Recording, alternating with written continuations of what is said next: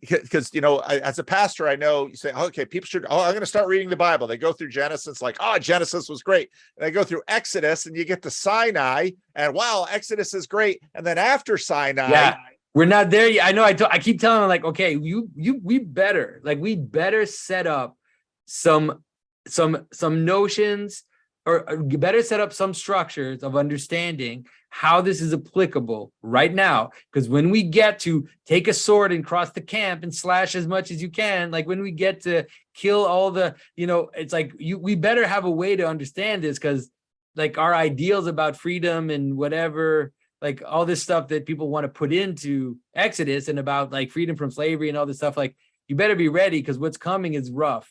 And I think there are ways to talk about it. I think the church fathers have ways to discuss it.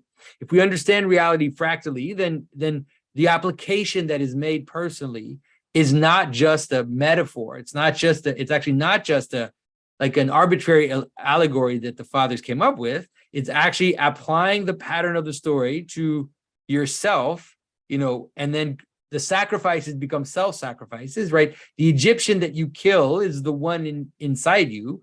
And so it's a transformation of the interpretation to the person. And then all of it can be applicable.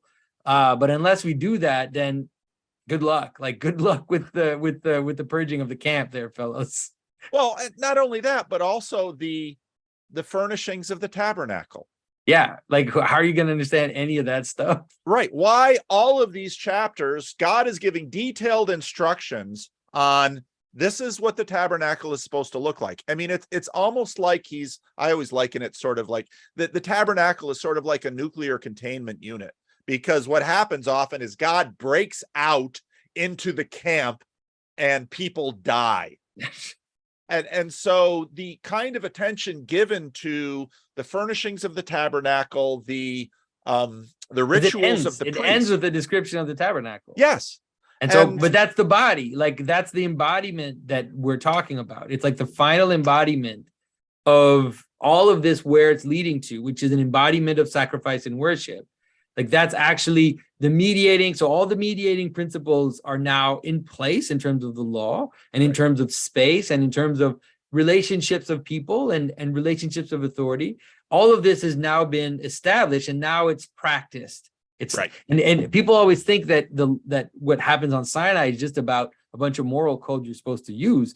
Like you said, it's actually mostly about the tabernacle. It's mostly about an order of worship, an order of procession, right? A manner in which we engage with each other in a ritual worship sacrifice sense. That's actually what's probably the prime drive of where we're going in terms of Exodus. But that's all related to what we're talking about. It's very much Exodus is actually. I'm really happy that we're doing Exodus, because Exodus is really about the discussion that we're having now and understanding the relationship between the embodied practice, which instantiates these patterns that are above. And that's what Exodus is about the whole time. And some of it does include, having to remove the patterns or remove the things that don't fit. And it looks weird in the text because it does look weird. In the text, it's like, well, yeah, it's killing a bunch of people. I understand that's difficult. But it's like you can either just be annoyed and angry and just scream and shout, fine, or you could try to understand it and realize that, whatever you get involved with that has this pattern, you're going to do that, right? It's like if you're in a basketball team and then someone comes with a baseball bat, you're going to say, I'm sorry, you need to go home because this is not what we're doing. We have to purge you from this team because this is not, it does not fit with the aim that we're going to. And so unless we are able to look beyond, I mean, I don't want to minimize the madness of some of the things that look really crazy to people in that book. But if we want to understand it, then we need to be able to see how what it's referring to in terms of a pattern and in terms of embodiment. So anyways, sorry, but it's like we're not there yet because we're just at the law. Like we've just basically in the Exodus seminar, we've come to the 10 commandments and we've read the 10 commandments and then that's it. Like we didn't even interpret them because So, but there's already some of it, like when you see Moses going up, you see the problem. Like when Moses goes up the hill, and then the people forget him, and then they make the golden calf, and it's like okay, so Moses, so because God says to Moses, "You will be God to Aaron, right? You will be God to Aaron, and then Aaron will be your mouth to the people." And so you can imagine it's like the hierarchy. It's a hierarchy of manifestation. So then Moses leaves, and then Aaron makes a golden calf. It's like that's how it works, folks. It's like if you don't stay connected, then these things at the bottom become idols. And so unless they're connected all through, then that's the problem. That's when things become idols. And so it already makes, I think people are going to be able to, people who watch our content, like people who listen to John or watch my videos and everything, will be able to understand, what's going on in the books of Exodus, because it's all about that.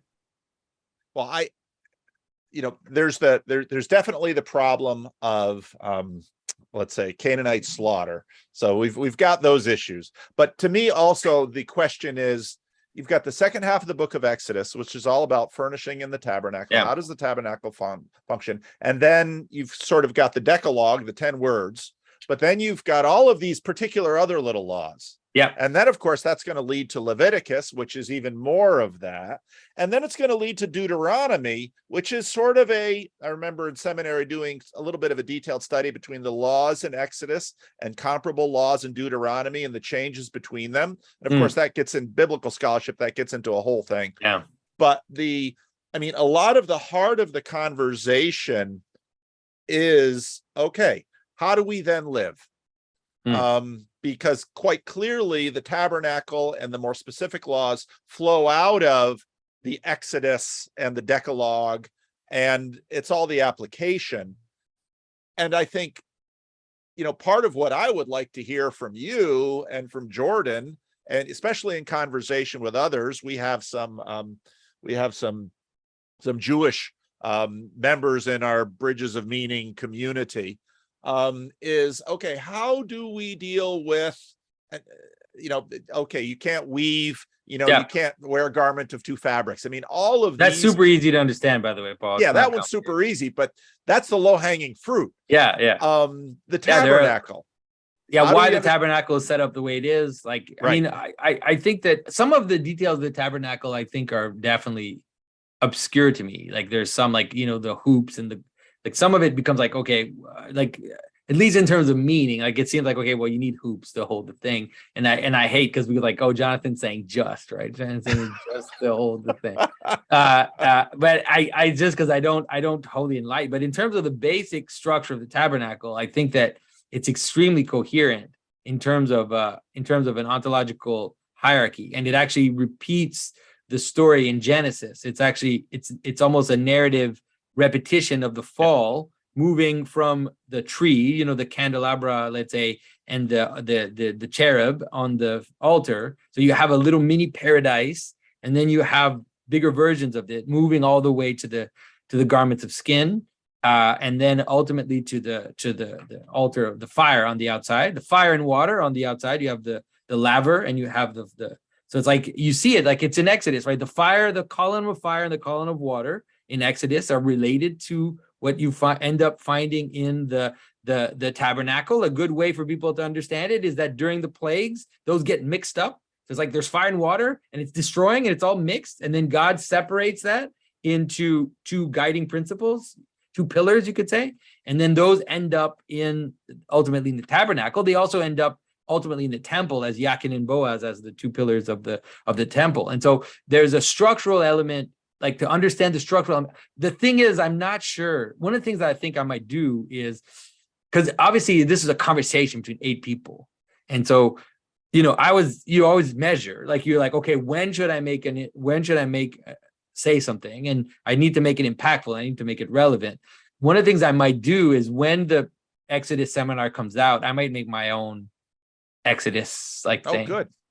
Just to kind of say, well, if you like what I'm saying there, and you like what Jordan's saying there, if you want more, like here's a bunch of videos that go through Exodus as well. So I'm thinking about doing that, just because obviously some people are going to tell me, like, why didn't you say this? Like, why didn't you? I was like, it's like you're with 8 people, so you find the moment, and you try to measure your involvement. So, but it was fun. It was a lot of fun.